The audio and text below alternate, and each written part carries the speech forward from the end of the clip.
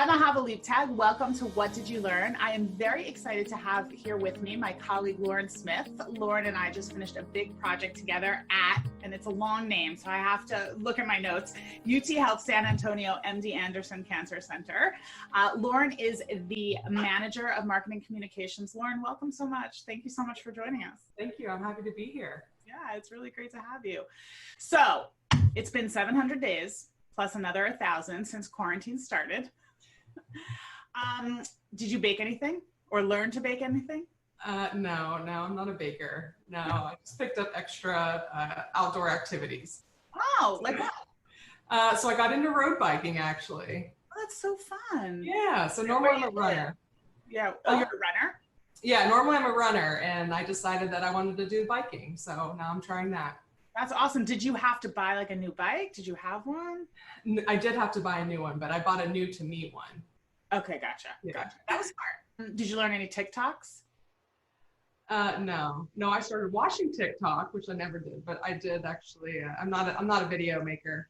No, me neither. I had to learn bougie, ratchet, yeah, nasty, that one, but I don't really know it. But teenage girls around the house will cause you to do that. So you're in a unique position because you're doing marketing at a cancer center, but you also have a relationship with a larger hospital system. Mm-hmm. And so I think healthcare marketers and marketers in general will actually be really fascinated by how you handle this communications crisis, talking to a population of patients who really can't stop treatment or can't delay things versus a population of patients who really maybe feel that there could be a little bit of time between. So I'd love to hear what you wish you had known before this started, and then we'll talk about what you think you've learned since then.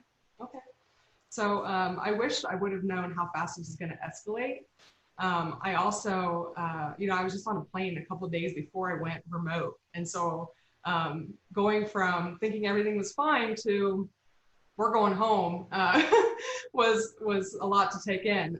But I also really wish that we would have known the downstream effect that COVID was going to have on our cancer patients. So due to COVID, a lot of people, and especially our patients, some discontinued treatment.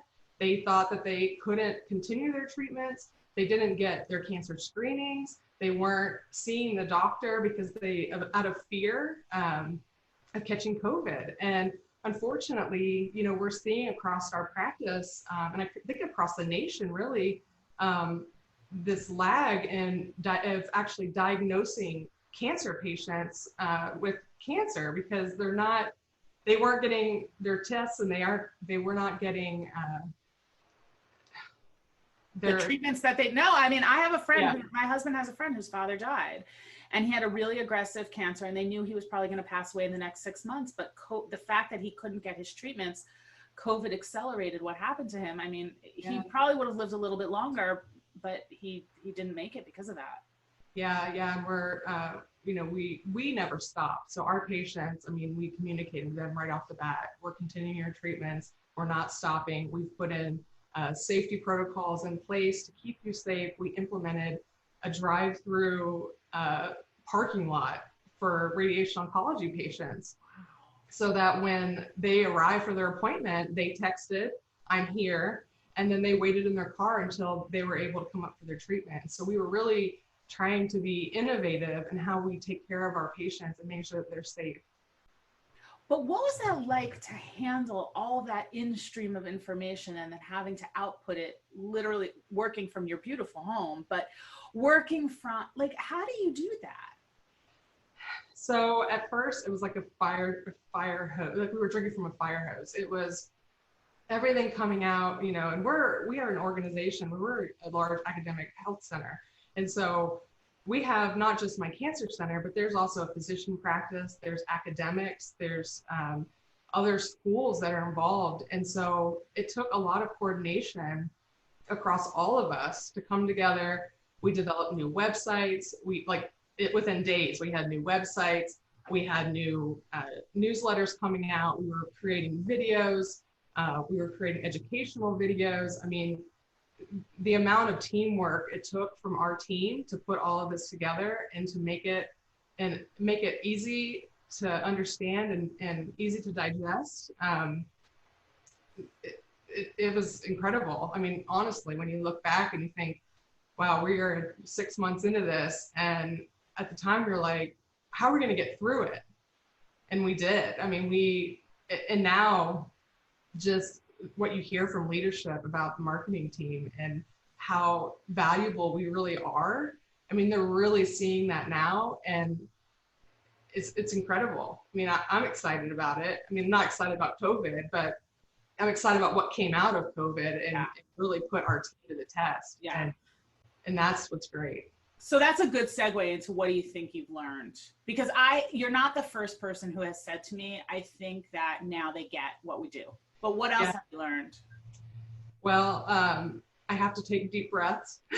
I constantly am reminding myself, take a deep breath. You'll figure this out. It's not the end of the world. And you have to be nimble. I mean, you have to be flexible. Things change by the day, sometimes by the hour, especially at the beginning. I mean, by the hour we were getting a message, we were going one way and ended up having to go a completely different way within a couple hours.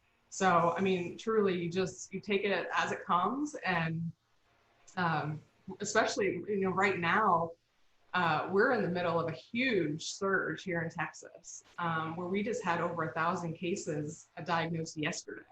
Now we're just working on our external PSA campaigns, and we're just really pushing that wear your mask, wash your hands with soap and water, remain socially distant.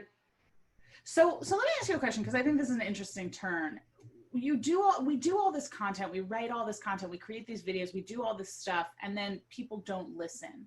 Mm-hmm. How do we I don't know. I never know what to do with that stuff. Do you know what I mean? It's like, we're giving you the information you need to make the right decisions. Are we not giving it clearly? Is it that there's conflicting information?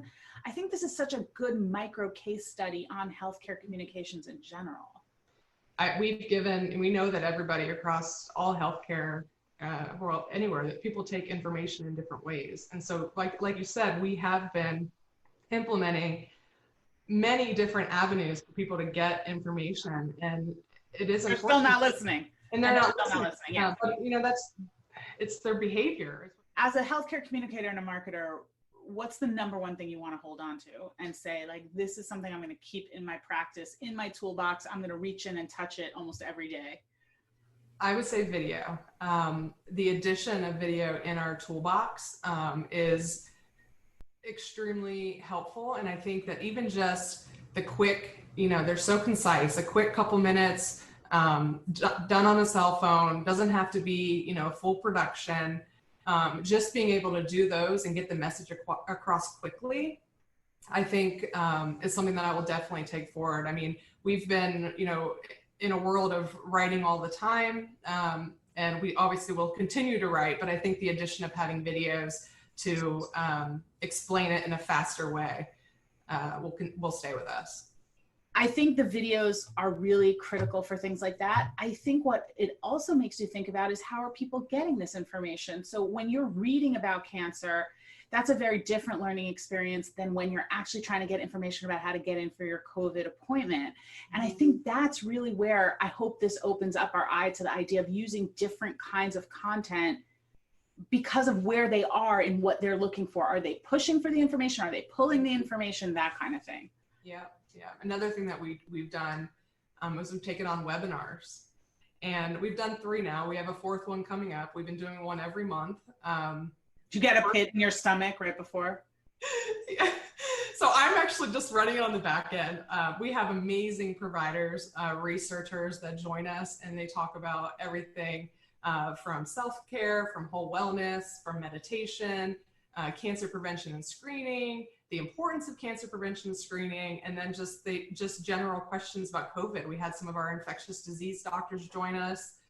So we've had a lot of a good experience with those, and they're going to continue because they're important and they're well attended. And when I see the YouTube views, they're doing well. So yeah, no, absolutely. Anyway, Lauren, it was really great to have you. Thank you so much. Thank you. It was a pleasure. I really appreciate the opportunity. Yeah. Take care.